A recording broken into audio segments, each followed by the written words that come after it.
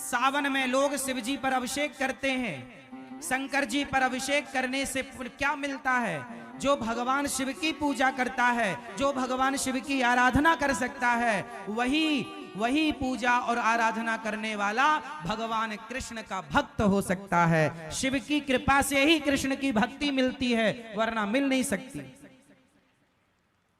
तो भगवान शिव की पूजा का फल है कृष्ण प्रेम। क्या? यदि किसी को कृष्ण से प्रेम हो गया, भगवान श्री कृष्ण की भक्ति मिल गई, तो उस पर भगवान शिव की विशेष, बिना शिव कृपा के आपको कृष्ण नहीं मिल सकते। तो आप लोगों ने खूब अभिषेक किया होगा, शंकर जी का खूब आराधना की होगी, तब जाके वृंदावन धाम प्राप्त हुआ है आप लोगों को। अब कृष्ण जब मिल गए तो फिर उनमें मन लगा लो, फिर यहां वहां ना मन हटाओ।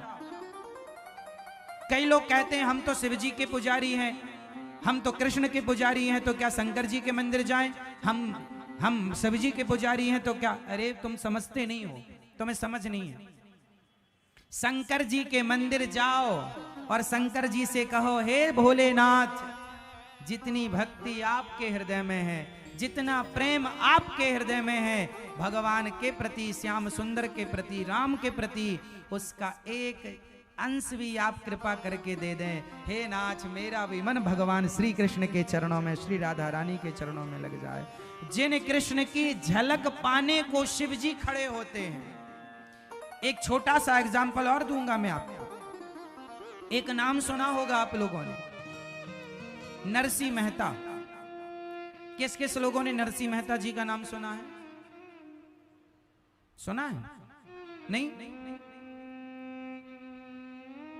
नरसिंह मेहता जी एक भक्त हुए हैं।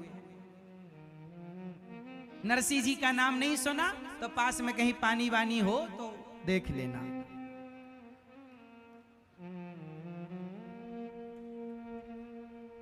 नरसिंह जी को उनकी भौजाई ने बचपन में ही घर से निकाल दिया था। मां मर गई, बाप मर गए, निकाल दिया। 7 दिन तक जंगल में भोलेनाथ के मंदिर में शिवलिंग के चरणों में, शिव जी के चरणों में माथा रख के पड़े रहे। कितने दिन तक? 7 दिन तक नरसिंह जी भगवान शिव के चरणों में पड़े रहे। 7 दिन बाद शंकर जी प्रकट भये। ये कलयुग की सच्ची घटना है, भक्तमाल की कथा है। नरसिंह जी के सामने प्रकट हो गए। कौन? भगवान। हे भोलेनाथ प्रकट हो गए। बेटा नरसिंह उठो। नरसिंह उठे। आप कौन? मैं शिव हूं। हे भोलेनाथ, हे भोलेनाथ। तो भगवान शंकर ने कहा, हे नरसिंह, मैं तेरी सेवा से प्रसन्न हूं। क्या चाहता है? मांग मेरे से। क्या मांगता है? तो नरसिंह जी ने क्या मांगा था? नरसिंह जी ने क्या मांगा था? नरसिंह जी ने कहा, मोको और कछु ना चाहिए, बस राधा कृष्ण मिलई दे। हे भोलेनाथ, नरसिंह जी ने क्या मांगा भोलेनाथ से? हे भोलेनाथ, मुझको और कछु ना चाहिए, बस राधा कृष्ण मिलई दे। हे भोलेनाथ, हमें और कुछ ना चाहिए, बस हमें तो राधा और कृष्ण का दर्शन। शंकर जी से क्या मांगा नरसिंह जी ने? जोर से प्रभु का प्रेम मांगा। हे प्रभु, हमें कृष्ण से मिलाओ। मतलब शंकर जी मिल जाए तो उनसे यही कहना कि हे प्रभु, हमें कृष्ण से मिला दो। यदि कृष्ण से मिलना चाहते हो तब तो शंकर जी का मिलना सार्थक हुआ, वरना शंकर जी से धन दौलत मांगा तो क्या मांगा। हे भोलेनाथ, हे भोले भंडारी, आप यदि सुन रहे हैं तो मुझे भी दीजिए। जब कोई बढ़िया से पार्क में जाते हैं जहां बहुत सारे पेड़ पौधे हों, हरियाली हो, तो आपको वहां अच्छा लगता है कि नहीं? कोई जंगल जाएं आप, बिल्कुल शांति है और वहां पेड़ पौधे हैं, बिल्कुल अनेक प्रकार की फूल हैं, अनेक प्रकार के पुष्प हैं, पत्तियां हैं, चिड़ियों की चहक है। आप कभी वहां जाइए जहां चिड़ियों की चहक हो, जहां जंगल जैसा वातावरण हो या जंगल ही हो। आप जाइए, 10 मिनट बैठिए, आपको शांति का अनुभव होगा। हाँ, आजकल आप लोगों के जीवन में अशांति इसलिए है क्योंकि जो प्राकृतिक चीजें हैं, नेचुरल, तो प्रकृति से एक लगाव था, जुड़ाव था, पेड़ पौधों से लगाव था, गायों से लगाव था। आजकल गायों से लगाव नहीं, कुत्तों से लगाव है। गाय को आप हाथ फेरिए, आप गायों के मैं आपकी बिल्कुल नहीं जानता, लेकिन मैं अपनी जानता हूं। मैं इतना व्यस्त हूं, मैं इतना व्यस्त रहता हूं, आप जानते हैं, जो यहां हैं, जो देख रहे हैं वो समझ रहे हैं। इतनी व्यस्तता होने पर भी मैं रोज गौशाला जरूर जाता हूं और गायों के पास थोड़ा जरूर बैठता हूं। मैं गायों ना गवाओ, बहुत पश्चाताप करोगे आप, आज नहीं कल। कितने भी आप आधुनिकता में आगे बढ़ जाओ, लेकिन जो रियल है छूटता जा रहा है। और आप करोड़ों, मैं कहता हूं नोटों की गड्डियों का आप बिस्तर बनाओ, उस पर सो, और फिर मुझे बताना कि शांति मिल रही है कि नहीं। आपका एक कमरा पैसों से भर लेना, फिर बताना कि शांति मिलेगी ही नहीं। शांति धन में थी ही नहीं कभी, शांति है संतोष में। शांति कहां है? संतोष। मुझे तो पेड़ पौधे, आज भी यदि मुझे पेड़ मिल जाएं तो एसी वाला कमरा हो, और यदि पेड़ की व्यवस्था है, बट वृक्ष है, नीम है, पीपल है, अच्छी छांव है, तो मैं एसी की अपेक्षा पेड़ की छांव में बैठना पसंद करता हूं। प्रकृति से जुड़े रहो, पेड़ पौधों से। हमारा बचपन पीपल की छांव में गुजरा है। हमारा बचपन कहां गुजरा है? पीपल की छांव में। हाँ, छोटे से गांव में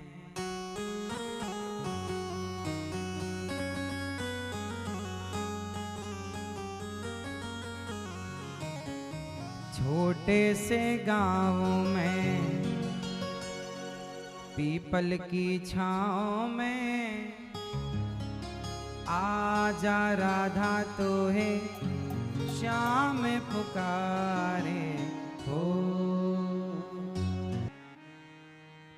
विकास तो आपका हो रहा है, आर्थिक रूप से तो आप स्ट्रांग होंगे, आर्थिक पैसा तो होगा आपके पास, शांति नहीं होगी। क्योंकि शांति नेचुरल चीजों से मिलेगी जब आप प्रकृति के साथ रहेंगे।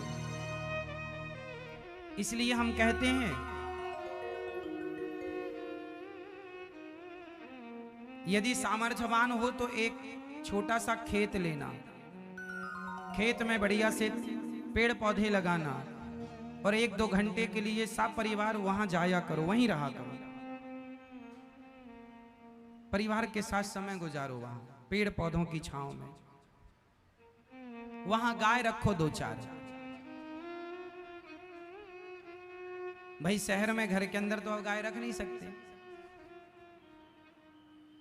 थोड़ा सा जुड़ो।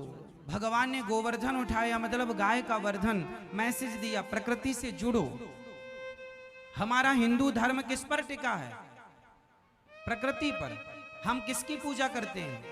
प्रकृति की। देखो, हम लोग नदियों की पूजा करते हैं, नदियां प्रकृति का हिस्सा है। नदियां, गाय, नदी हमारी माता है, गंगा यमुना नदी। हम समुद्र की पूजा करते हैं, समुद्र प्रकृति का बहुत बड़ा हिस्सा है, समुद्र देवता है हमारे लिए। बाकी तीर्थ बार बार, गंगा सागर एक बार, गंगा सागर, सागर की पूजा हमारे यहाँ।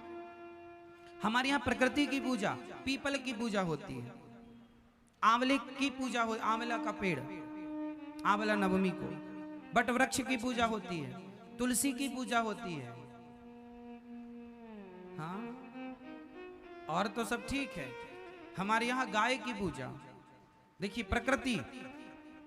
हमारे यहाँ पहली रोटी गाय की और आखिरी रोटी कुत्ते की। कुत्ते भी प्रकृति का हिस्सा है। हमारे यहाँ ना कुत्तों का अपमान नहीं हुआ कभी, कुत्तों को भी हम लोग रखते थे, लेकिन कुत्ते गली में रहा करते थे, गांव में रहा करते थे। हजारों सालों से कुत्ता रहा। राम जी के रामायण में भी एक कुत्ते का उल्लेख मिलता है। आपने ये भी सुना होगा, धर्मराज युधिष्ठिर के संग एक कुत्ता गया था। मतलब ये कुत्ते जो हैं ये प्रकृति का हिस्सा रहा है, इंसानों के संग ये रहे हैं पहले से, लेकिन ऐसे नहीं रहे कि तुम्हारे बिस्तर पर सोएं, तुम्हारी रसोई में रहें और तुम्हारा मुंह चाटें ना, ऐसे नहीं, एक मर्यादा में रहे हैं। जैसे मां बेटे की मर्यादा है, उसी तरह गाय यदि आपका मुंह चाटे तो ठीक है, गाय यदि आपका मुंह चाटे तो ठीक है, पर कुत्ता आपका मुंह चाटे तो ठीक नहीं है। कुत्ते के पास कैसे रहना है भाई? कुत्ता गली में, पहले के लोग ना कुत्ते को रखते थे। अच्छा बताओ, कुत्तों की क्या भूमिका थी पहले, आज के 100-200 साल पहले कुत्तों का क्या योगदान था? जरा मुझे प्रकृति से आपको कनेक्ट करना है आज। मैं कुत्तों का बहुत बड़ा योगदान, आप कुत्ते तो पालते हैं, लेकिन कुत्तों का योगदान हमारे बाप दादों के जीवन में, हमारे देश में क्या योगदान रहा पता है आपको? पता है? नहीं, आपको पता है कुत्तों की क्या भूमिका थी आज के 100-200 साल पहले? बोलो, सुनो। पहले के गांव जंगल के पास होते थे, पहले जंगल ही था, जंगल में कुछ हिस्से में गांव होते थे, तो लोग कुत्ते घर गांव में रखते थे। यदि जंगल से शेर, भालू या जंगली कोई भी जानवर गांव में घुसता था तो कुत्ते भौंकना चालू करते थे। उनके भौंकने से गांव के घर के लोग अलर्ट हो जाते थे। बोलो हाँ, सिक्योरिटी का काम कुत्ते करते थे उस जमाने से लेकर आज तक। पहले भी लोग कुत्ते गांव में, आज भी हर गांव में कुत्ते हैं, और आज भी यदि कोई जंगली जानवर आ जाए तो कुत्ते जगा देते हैं भौंक भौंक भौंक के। कुत्तों का काम है ये प्रकृति, ये हम सब एक दूसरे के पूरक हैं। इसलिए हमारे बाप दादों ने नियम बनाया कि ये कुत्ते लोग हम लोगों को बताते हैं सब चीजें कि आपको कहां से खतरा है। इसलिए चलो सब लोग एक एक रोटी निकालो, इन कुत्तों को दो और इनका शुक्रिया अदा करो, धन्यवाद दो इन कुत्तों का कि भाई तुमने हमारी रक्षा की है, इसके बदले रोटी। इसलिए हर घर से एक रोटी, आखिरी वाली किसके लिए? जोर से। और पहली रोटी किसके लिए? क्यों?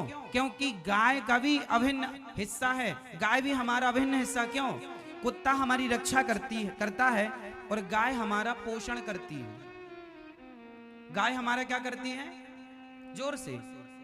आज के 100-200 साल पहले, मैं तो 200 साल ज्यादा कह रहा हूं, मैं 50 भी कहूं तो आज शर्मन ना मानना, आज के 50 साल पहले हमारे देश में इतनी ज्यादा गेहूं और चावल नहीं होता था, इतनी अधिक मात्रा में। जमीन तो उतनी थी लेकिन होता नहीं था। पहले की खेतियां वीरान थी क्योंकि पानी की सुविधा नहीं थी। कुएं का पानी बैलों की मदद से निकाला जाता था और खेत में डाला जाता था, तो उसकी एक क्षमता थी कि 2 एकड़ और 5 एकड़ तक की वो सिंचाई कर पाते थे। हाँ या ना? आजकल मशीनें हैं। तो पहले क्या था कि लोग ज्यादा थे और अनाज कम होता था। इसलिए हमारे यहाँ कई बार पहले ऐसा, जब हमारे देश के प्रधानमंत्री थे शास्त्री जी, पंडित श्री लाल बहादुर शास्त्री जी, उस समय पर उन्होंने एक नारा दिया था कि भैया एक टाइम आप लोग भोजन करो और संडे के संडे आप एक दिन हफ्ते में व्रत रखो, क्योंकि पर्याप्त अनाज नहीं था। एक टाइम आदमी खाता था, दूसरे टाइम भूखा सोता था। आज के 40-50 साल पहले भारत की ये स्थिति थी। हाँ या ना? ये बात सही है या गलत है? पहले भरपेट भोजन नहीं था। जो बहुत बड़े आदमी थे वो भरपेट भोजन करते थे, वरना नहीं। आपने कभी पीपल का बीज देखा? पीपल में छोटा छोटा दाना होता है, बीज छोटे छोटे होते हैं, पर एक छोटा सा फल होता है पीपल का, उसकी रोटियां भी बना के लोग खाते थे, पीपल के फल की। हाँ, उसकी भी रोटियां लोग खाते थे क्योंकि था ही नहीं अनाज। अमेरिका से गेहूं लिया करते थे तो वो वाला गेहूं देता था जो वहां जानवर खाते हैं, लाल कलर का गेहूं, 3rd क्वालिटी का। हमारे यहाँ भारत में उपजाऊ थी भूमि पर पानी नहीं था। क्या हुआ? उस जमाने में जब आपको पेट भर रोटी नहीं मिलती थी, लेकिन याद रखना उस जमाने में जब पेट भर रोटियां नहीं थी तो भी हमारे यहाँ कोई भूखा नहीं मरता था। क्यों? क्योंकि पहले के लोग रोटी पर निर्भर थे ही नहीं, चावल पर निर्भर थे ही नहीं। पहले के लोग एक एक पाव घी पी लिया करते थे गाय का। पहले सबसे ज्यादा सहयोगी गाय थी। रोटी ना मिले, खेत में कुछ ना होए तो गाय मरने नहीं देती थी। आज भी आप एक काम करो, आप गेहूं, आप रोटी चावल दाल साग सब्जी कुछ ना खाओ, केवल एक गाय रखो और गाय का दूध पियो और घी खाओ और छाछ पियो और दही खाओ। आप देख लेना, औरों की अपेक्षा आप ज्यादा स्वस्थ रहेंगे, आपका शरीर एक्टिव रहेगा और आप मर नहीं सकते भूखों। मतलब गाय के दूध में पूर्ण पोषण है। 6 महीने तक बच्चे को माँ का दूध तो दिया जाता है, वही पानी की पूर्ति करता है, वही भोजन की पूर्ति करता है। उसी तरह गाय सबकी माता इसलिए है कि माँ का दूध तो केवल 6 महीने काम आता है, पर गौ माता का दूध सदा काम आता है, वो सदा आपका पालन कर सकती है। इसलिए गावो विश्वस्य मातरः, गाय सबकी माता है। इसलिए तुम्हारे बाप दादों ने नियम बनाया कि गाय हमारा पालन करती है, अन्न ना मिले तो भी गाय तुम्हें जिंदा रखेगी। तुम जंगल में चले जाओ और केवल एक गाय ले जाना साथ में, बस फिर देखो तुम जंगल में भी सुखी रहोगे, स्वस्थ रहोगे। मतलब गाय अनादि समय से हम सबका, पहले के ऋषि मुनि जंगल में रहते थे लेकिन ऋषि मुनि गाय रखते थे। वो कमाई नहीं करते थे, पैसा नहीं, बस भाई पेट तो भरना है तो दूध से भरो।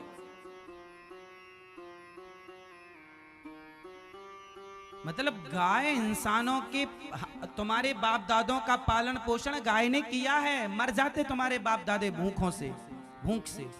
इतनी रोटी नहीं थी पहले, इतनी अधिक मात्रा में अनाज नहीं था। गाय ने सबके बाप दादों की रक्षा की। पहले पूरे भारत में, आज के 50-70 साल पहले, और लो तो 100 साल पहले, पहले हर घर में 20 नंग 25 नंग 50 नंग 100 नंग गाय होती थी। पहले जिसके घर में जितनी गाय होती थी वो उतना बड़ा आदमी होता था। नंद बाबा के यहाँ 9 लाख गैया थी।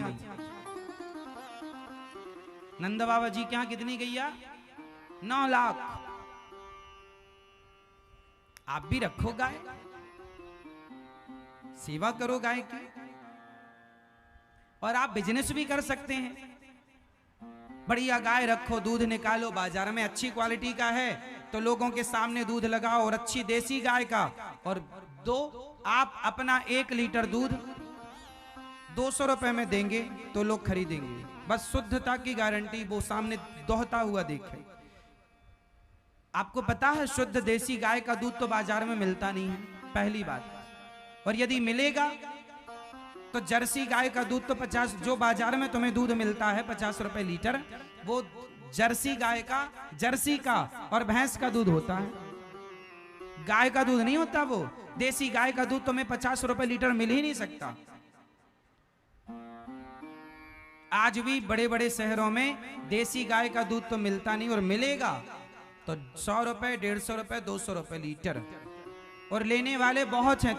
तुम रखो देसी गाय, लोगों को बताओ कि ये देसी गाय, इसके ये फायदे। देसी गाय का दूध पीने वाला व्यक्ति कंटिन्यू दूध पिए तो उसे हार्ट अटैक हो ही नहीं सकता। लिखे तो मैं दे सकता हूं, डॉक्टर देते हैं। गिर गाय, एक गिर कोटि की गाय होती है, उस गाय का आप दूध पीजिए, उसके दूध में गोल्ड होता है, स्वर्ण की मात्रा होती है, नेचुरल, प्राकृतिक। गाय को आपने हल्के में ले लिया ना, समस्या तो ये है। आप लोग मर रहे हैं बीमारियों से, मरो, डॉक्टरों को दो पैसा, गाय को रख नहीं सकते आप लोग। अरे कम से कम शुद्ध तो खाओ पियो।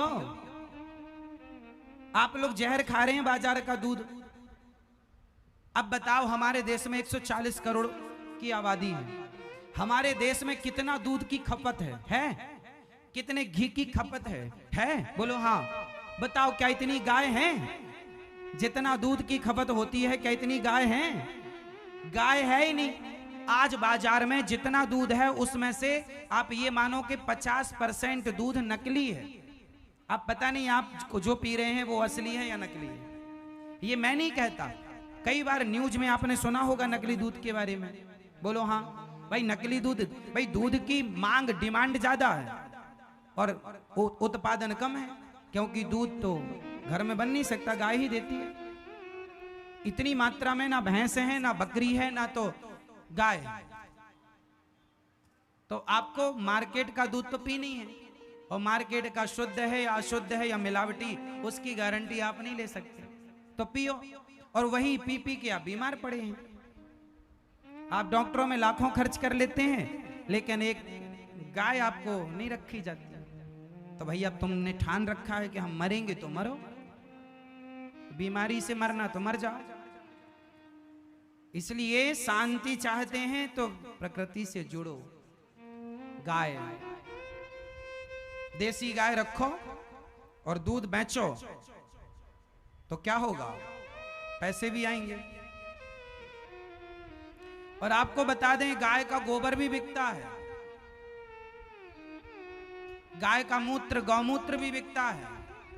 मतलब गाय ऐसी है कि वो तुम्हारे सिर पे बोझ नहीं बनती। गाय दूध ना दे तो भी वो बोझ नहीं है, वो अपना खर्चा अपने गोबर से निकाल लेगी। बस तुमको उपयोग करना आए, तुमको चीजें तैयार करनी आए, नहीं आए तो गोबर गणेश।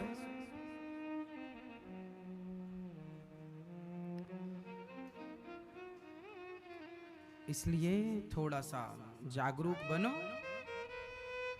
और शांति चाहते हो तो संतोष रखो, और थोड़ा सा समय गायों के पास, प्रकृति के पास बैठो, सपरिवार बैठो। ये जो लोगों की भाग दौड़ है ना, थोड़ा अपने आप को इनसे अलग रखो। हाय हाय पैसा, हाय मेरा ये हो, क्या करोगे इतनी बड़ी, इतना पैसा लोगों के पास, इतना पैसा है कि 10 पीढ़ी बैठी बैठी खा सकती है, फिर भी वो लोग परेशान हैं। शांति नहीं, शांति शांति शांति। शांति कब है? आंख खोलने में शांति नहीं है साहब, आंख बंद करने में। बाहर का संसार देखने में शांति नहीं है, भीतर का संसार। एक होता है बहिर्मुखी, एक होता है अंतर्मुखी। जो बाहर देखता है, जो बाहर सुख को ढूंढता है, वो सदा दुखी है। जो भीतर सुख ढूंढता है, वो सदा सुखी है। अंतर्मुखी बनो, बहिर्मुखी तो हो आप ऑलरेडी। आपको सुख बाहर दिखाई पड़ता है, आपको लगता पैसे में सुख है, आपको लगता पत्नी में सुख है, परिवार में सुख है, बेटे में सुख है।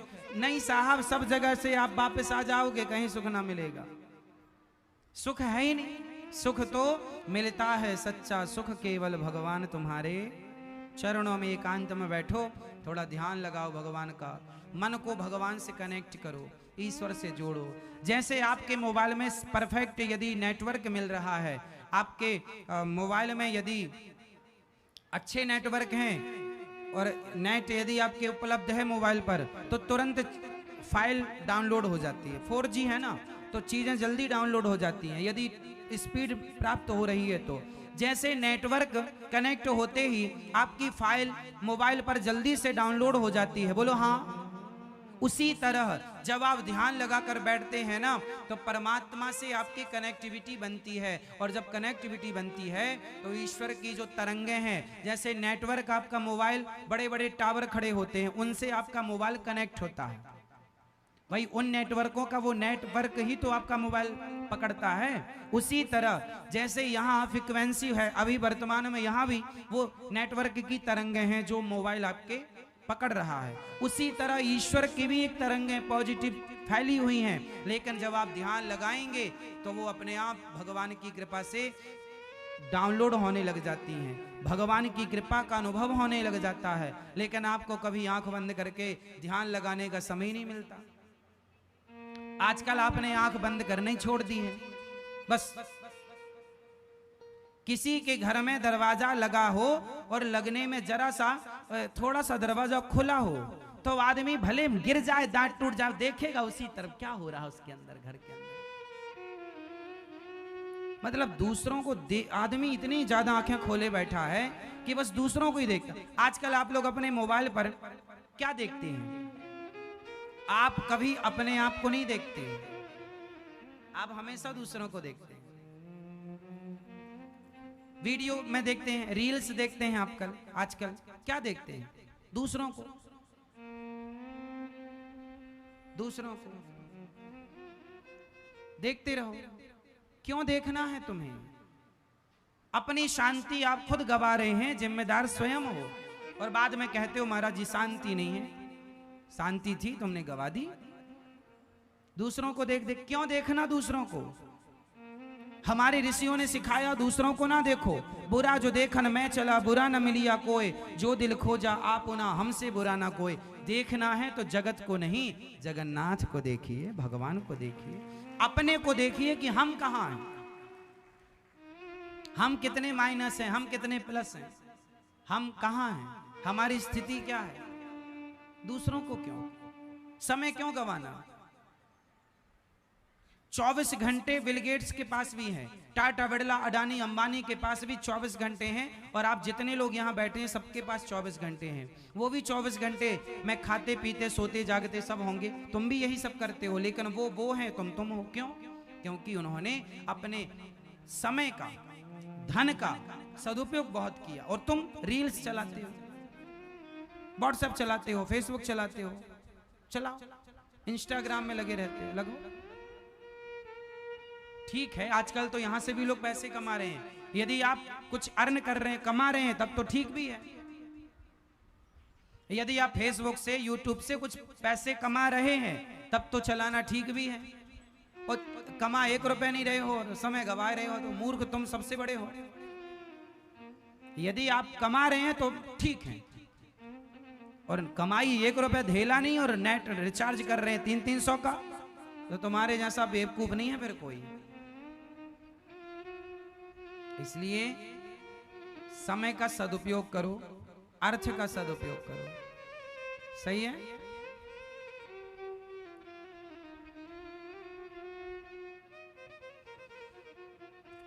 तो आज से किसे देखेंगे? आज से किसे देखेंगे? जोर से, जोर से अपने आप को। आज से किसे देखेंगे? स्वयं को। हम कहां हैं, वो कहां है, ये मत देखो। वो जहां है वो वहीं रहेगा, वो मेहनत करेगा और आगे जाएगा।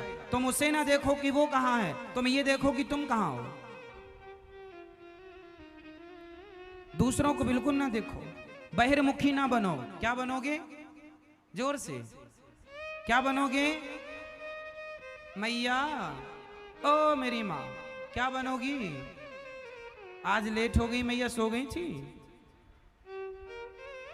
अच्छा, लेट सो गई खा के बढ़िया, हाँ, थक गई। चलो बताओ क्या बनोगे, अंतर्मुखी या बहिर्मुखी? क्या बनेंगे? अंतर्मुखी। बहिर्मुखी नहीं, बाहर की तरफ नहीं देखना। कहां देखना? दूसरों को नहीं देखना, स्वयं को। दूसरों के घर में नहीं देखना, अपने घर में देखना। तुम्हारे घर में क्या है, दूसरों के घर में क्या है, देखने से क्या फायदा? दूसरों के जीवन में कितनी अशांति है, शांति है, हमें कोई मतलब नहीं। हमारे जीवन में कितनी अशांति और शांति है। यदि अशांति है तो क्यों है, उस पर काम करो, शांति में तब्दील करो। जहां चीजें बिगड़ रही हैं ठीक करने की कोशिश करो, समय का दुरुपयोग ना करो। बस छोटी छोटी चीजें यदि आप सुधार लें, छोटी छोटी बुरी आदतें यदि आप सुधार लें, तो आपके जीवन में सब कुछ है। ऑलरेडी ईश्वर ने आपको सब दिया है, लेकिन आपको उपयोग करना नहीं आता।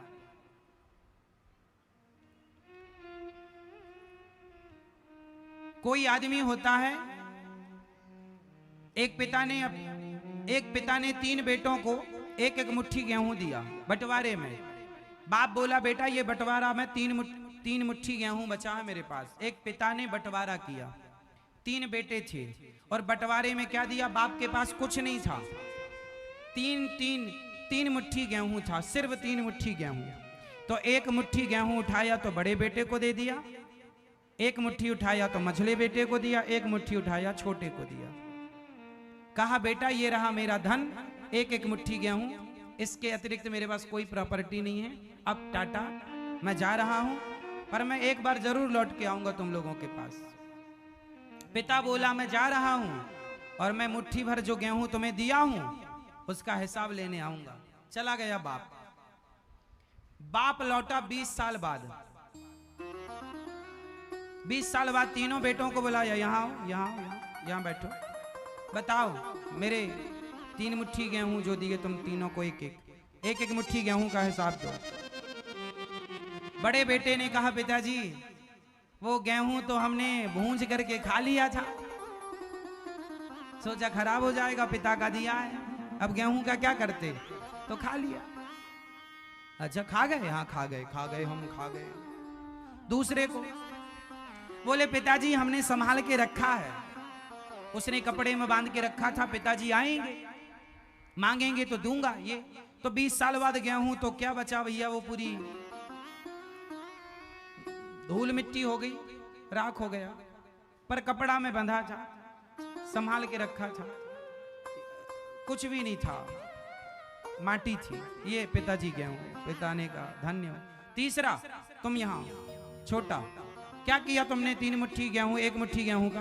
पिताजी मैंने वो 1 मुट्ठी गेहूं खेत में बो दिए थे, तो 1 मुट्ठी से 50 मुट्ठी हो गए, फिर मैंने 50 मुट्ठी बोया तो 1000 मुट्ठी हुए, 1000 मुट्ठी बोया लाख मुट्ठी हुए, लाख मुट्ठी बोया पिताजी आज करोड़ों मुट्ठी। देखो ये पूरा घर भरा हुआ है गेहूं, ये बोरे के बोरे, कई कुंटल, सैकड़ों कुंटल दिखाया पिता। आपके 1 मुट्ठी गेहूं ये रखा, उसने गेहूं का व्यापार शुरू कर दिया था, औरों का भी गेहूं खरीदने लगा, अपना भी लेके बेचने लगा, वो बड़ा पैसे वाला हो गया, उसका बड़ा नाम था, बड़ी इज्जत सम्मान। तो एक ही बाप के 3 बेटे हैं, तीनों को बराबर बराबर दिया, लेकिन जिसने सदुपयोग किया वो कहां से कहां पहुंच गया, और जिसने दुरुपयोग किया वो जहां थे वहीं। तो बस यही है, ईश्वर ने आपको सब, जितना भगवान ने टाटा बिरला अडानी अंबानी को दिया है उतना सब कुछ भगवान ने आप सबको दिया। बस कोई अपनी मेहनत के बल पर सही राह पर चलकर वो आगे चले गए, कोई गलत निर्णय लेके माइनस हो गए। ईश्वर ने भेदभाव नहीं किया, भगवान किसी को गरीब नहीं अमीर नहीं बनाता। आपकी अपनी मेहनत, फुटपाथ पर रहने वाले लोग भी मेहनत करके करोड़पति हो सकते हैं, काम करके करोड़पति हो सकते हैं, और ना करने वाला करोड़पति भी फुटपाथ में जाके सोने के लिए मजबूर हो सकता है। करोड़पति रोडपति हो गए और रोडपति करोड़पति हो गए, भगवान का यही तो खेल है। इसलिए लक्ष्मी चंचल है, किसी के बाप की बफौती नहीं होती लक्ष्मी। हमने कल बताया था कि सत्ता, संपत्ति और सुंदरता ये तीनों सदा ना रहेंगी, आज हैं कल रहेंगी इसकी गारंटी नहीं है। जब है तो सदुपयोग करो, सदुपयोग कर लो। भगवान ने गिरिराज जी को उठा करके सिद्ध किया कि मैं भक्तों पर आए संकट को अपने माथे ले सकता हूं, भक्तों के लिए पहाड़ उठाना पड़े तो मैं पहाड़ भी उठा सकता हूं, पर भक्त मेरी शरण में एक बार आ जाए तब। शरण में गए, पहाड़ उठाए। नंद बाबा को वरुण भगवान ने गिरिराज जी को स्थापित किया। तो आप लोगों को कैसा बेटा बनना है? जो खा गया वो, या जो रख दिया वो, या जो बो दिया वो? कौन श्रेष्ठ बेटा है? आजकल के बेटे कैसे हैं? बाप का खा जाते हैं, वो खा गया, जो पिता ने छोड़ा सब खा गया बेच बेच के। ये मैसेज है। तो खाऊ उड़ाऊ बेटा ना बनो, और संग्रह भी ना करो। उसने संग्रह कर लिया, गेहूं मुट्ठी भर मिला तो रख लिया, संग्रह ना करो। संग्रह करोगे तो चीजें नष्ट हो जाएंगी। और तीसरे ने ठीक किया कि बो दिया।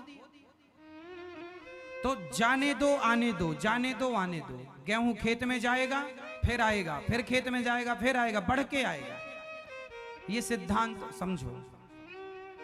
लक्ष्मी को आप लोग रोकना चाहते हैं, रोक लेंगे तो समाप्त हो जाएगी। भाई आप गेहूं को रोक लो, आप 4-6 साल तक गेहूं को रख लो, अपने आप खराब हो जाएगा।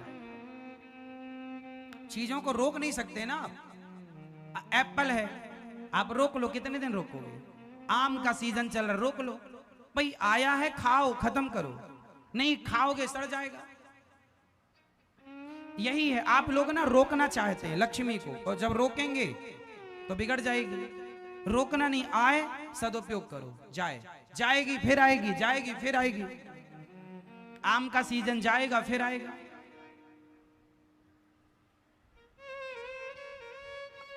सदुपयोग करना नहीं आता लोगों को। आज लोगों के पास जरा सा पैसा आए शराब पीने लग जाते हैं। आजकल लोगों के पैसा आ जाए बड़ी गाड़ी ले आते हैं, भले डीजल डलवाने को ना रहे, गाड़ी होनी चाहिए बस। बड़े बुजुर्गों ने कहा है जितना चादर हो उतना पांव पसारो। आजकल ना लोग दिखावे में मर रहे हैं। किस में मर रहे हैं? किस में? दिखावा। कर्जा ले लेके लोग गाड़ी चला रहे हैं। 1 करोड़ की गाड़ी खरीद ली, 10 लाख रुपए जमा कर लिया, 90 लाख रुपए का कर्जा ले लिया। अब भैया चुकाओ। हर महीने की किस्त है 1 लाख रुपए की, 75,000 रुपए की किस्त जा रही है। अरे भैया कर्जे की गाड़ी तुम्हारे सर पे 90 लाख का कर्जा है और तुम BMW में घूम रहे हो। इससे अच्छा 800 ले लेते, 10 लाख में आ जाती। जो 10 लाख में पूरी आ जाती वो काहे नहीं ले लिया? चलना ही तो था, यात्री तो करना था। भाई कर्जा तेरे ऊपर 90 लाख का है, अब कर्जा ही चुका। तो ये कौन सी समझदारी है? हाँ आपकी इनकम अच्छी है तो बात अलग है, पर ज्यादा जितनी क्षमता हो ना, जितना चादर हो उतना पांव पसार। ये लोग जितने कर्जे की गाड़ी में घूम रहे हैं इन्हें समझदार ना समझना आप। ये गाड़ी खरीद लेंगे 1 करोड़ की, वो 1 करोड़ की गाड़ी अगले साल में अपने आप 80 लाख की हो जाएगी। उसके अगले साल वो हो जाएगी 70 लाख की, 60 लाख की। 4-5 साल बाद तो 50 लाख में वो 1 करोड़ की गाड़ी 30 लाख की हो जाएगी। 4 साल 5 साल में वो 30 लाख की हो जाएगी। 6-7 साल बाद वो 20 लाख की हो जाएगी। मतलब जितना साल बढ़ेगा वो उतना घटेगा और कर्जा चुकाओ। ये कौन सी समझदारी है? आपने यदि जमीन खरीदी होती कर्जे से तो मैं मान लेता कि चलो जमीनों के दाम बढ़ जाएंगे। प्रॉपर्टी जमीन हमेशा बढ़ती है।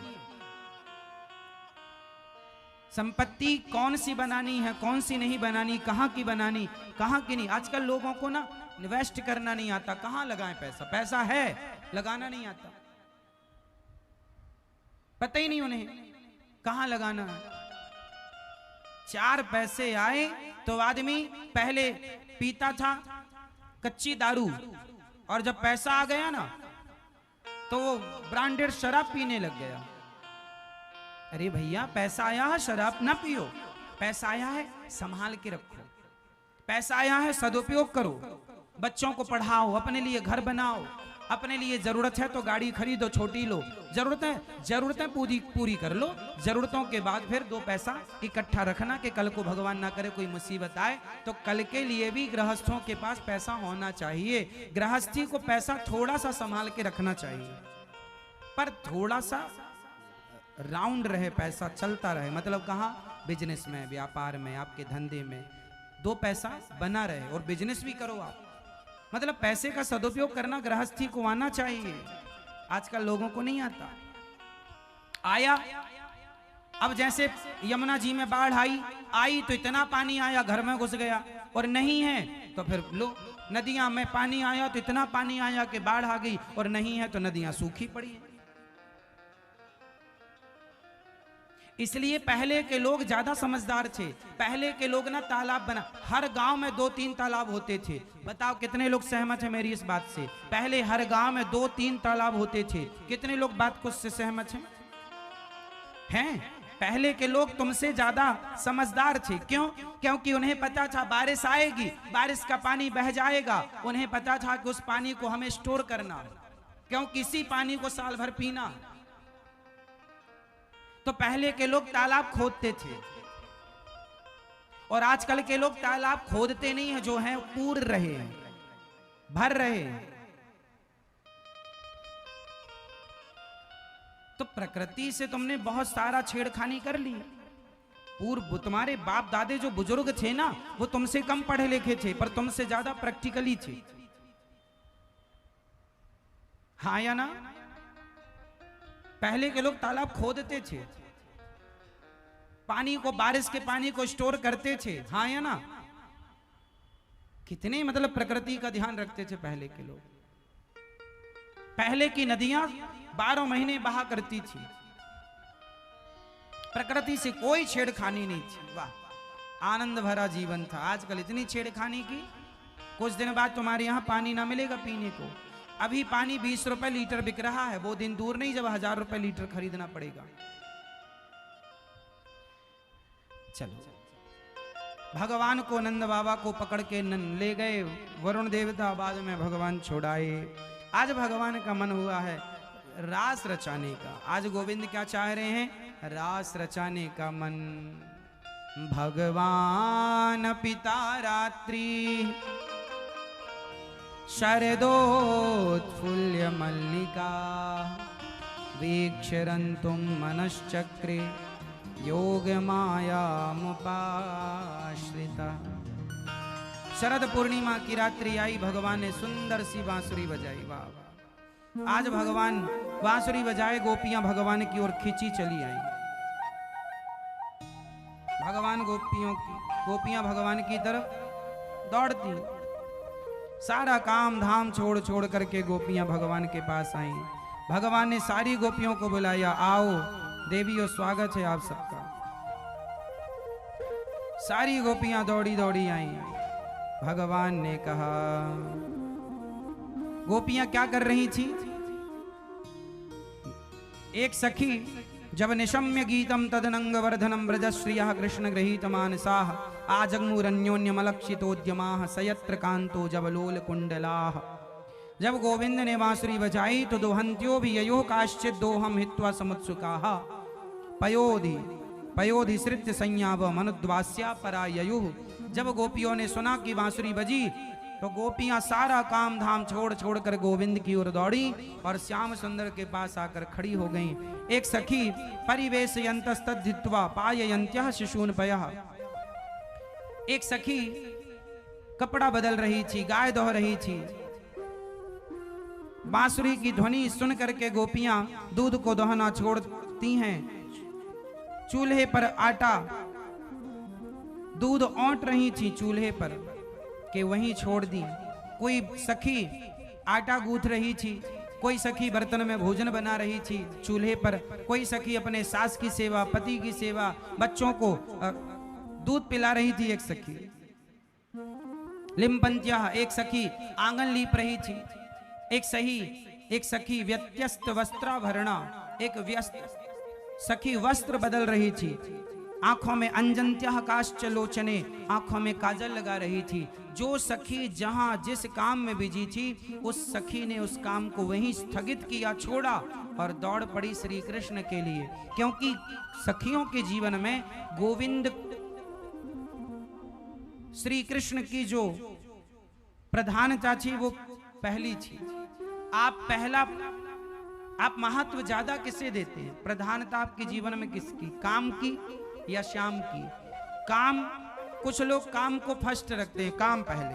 नहीं, काम पहले होना चाहिए, कर्म करो, लेकिन कृष्ण पीछे ना रह जाएं, भक्ति पीछे ना रह जाए। अच्छा बताओ, कर्म बड़ा कि धर्म बड़ा? मैया, ओ मेरी प्यारी माँ, कर्म बड़ा कि धर्म बड़ा? क्या बड़ा? आप बताओ। कर्म बड़ा कि धर्म बड़ा? कर्म बड़ा। आप बताओ मैया, कर्म बड़ा कि धर्म बड़ा? कर्म। आप बताओ मैया, पूरा बोलो। धम कि धर्म? क्या बड़ा? आप बताओ। कर्म बड़ा कि धर्म बड़ा? जल्दी बताओ। क्या क्या खा रही हो आप?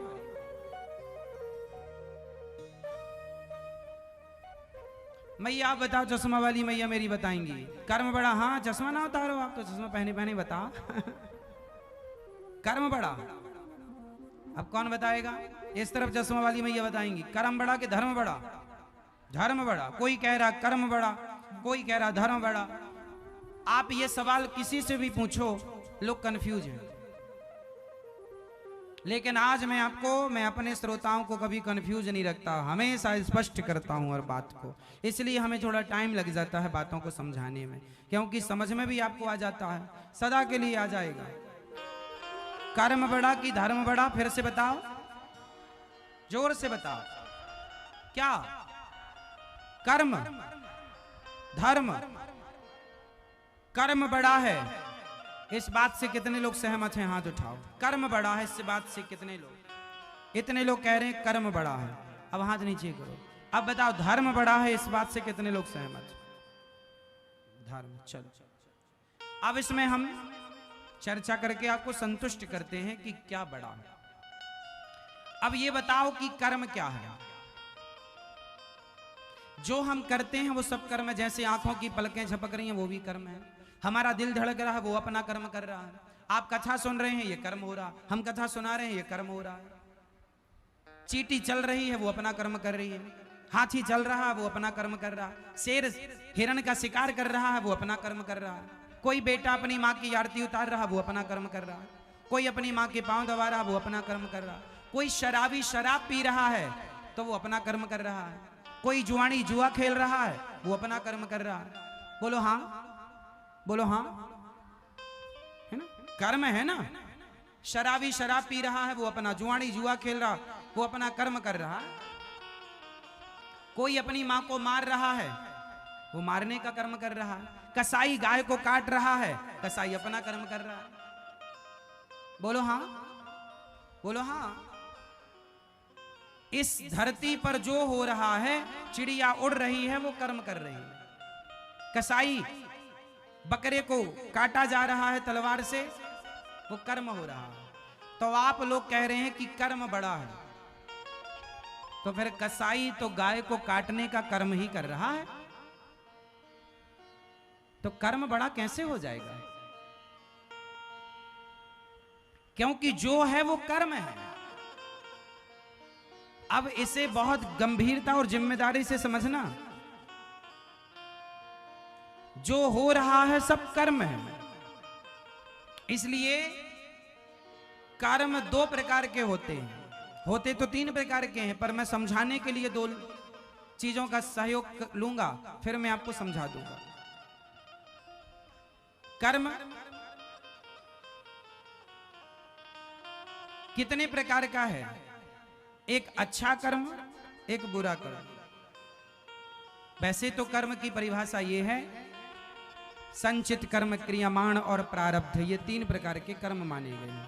पर संचित, क्रियमाण और प्रारब्ध क्या है वो मैं आपको बाद में समझा सकता हूं। अभी आप ये समझो कि कर्म दो प्रकार के होते हैं, एक अच्छा कर्म, एक बुरा कर्म। ये आपको समझ में आएगा। यदि मैं क्रियमाण संचित में जाऊंगा तो आपको, कुछ लोगों को समझ में नहीं आएगा, बात कठिन हो जाएगी। मैं सरल समझाना चाहता हूं। कर्म कितने प्रकार का मान लो? है तीन प्रकार का, पर दो प्रकार से समझो, एक अच्छा कर्म, एक बुरा। अब जैसे गाय की हत्या करना बुरा कर्म है,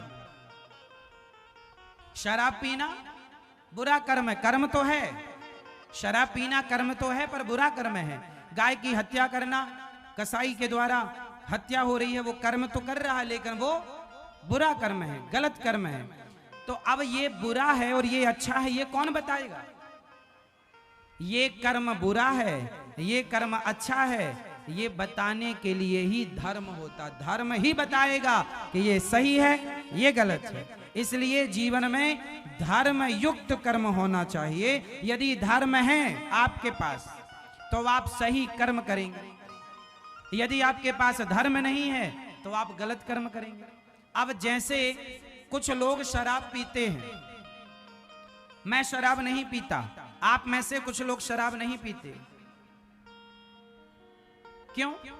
जिन्हें धर्म का ज्ञान है वो शराब पीने का कर्म नहीं करते। जिन्हें धर्म का प्रॉपर ज्ञान नहीं है वो शराब पी रहे हैं। तो धर्म का क्या होना चाहिए? जोर से। धर्म का ज्ञान होगा तो आप सही कर्म करेंगे, वरना आप सही कर्म नहीं कर सकते। कर सकते हैं? इसलिए धर्म का ज्ञान होना चाहिए। किसका ज्ञान? बताओ, जलेबी मीठी होती है या नहीं? जोर से, हाँ या ना? नहीं होती। जलेबी मीठी नहीं होती, चाशनी मीठी होती है। यदि जलेबी को चाशनी में ना डुबाया जाए तो क्या मजाल के जलेबी मीठी हो जाए? जलेबी मीठी नहीं होती, चाशनी में डूबने के बाद मिठास चढ़ती है उस पर। उसी तरह कर्म जलेबी की तरह है और धर्म चाशनी की तरह है। जब तक कर्म धर्म की चाशनी में नहीं डूबेगा तब तक वह कर्म ग्रहण करने योग्य नहीं है। इसलिए कर्म तो हो, लेकिन धर्म युक्त कर्म हो। कैसा हो? धर्म युक्त। यदि आप, जो लोग कहते हैं कर्म ही पूजा है, ये लोग अधूरी बात जानते हैं। ज्ञान तो है पर अध जल गगरी छलकत जाए। आधा ज्ञान खतरनाक होता है। या तो आपके पास बिल्कुल ज्ञान ना हो या तो पूरा ज्ञान हो। आधा ज्ञान खतरनाक। अध जल गगरी छलकत जाए, कहाँ सुना होगा? तो मेरी माँ, समझो बात को। क्या समझाया गया आपको? कि कर्म श्रेष्ठ नहीं है। यदि धर्म जुड़ा है उस कर्म से तो कर्म श्रेष्ठ होगा। आप अपने बेटों को क्या समझाते हो? बेटा सही कर्म करो, गलत कर्म ना, गलत काम ना करो। मतलब गलत काम भी होता है और सही काम भी। तो गलत काम कौन लोग नहीं करते और कौन लोग करते? जिन्हें धर्म का ज्ञान है वो गलत काम करेगा ही नहीं।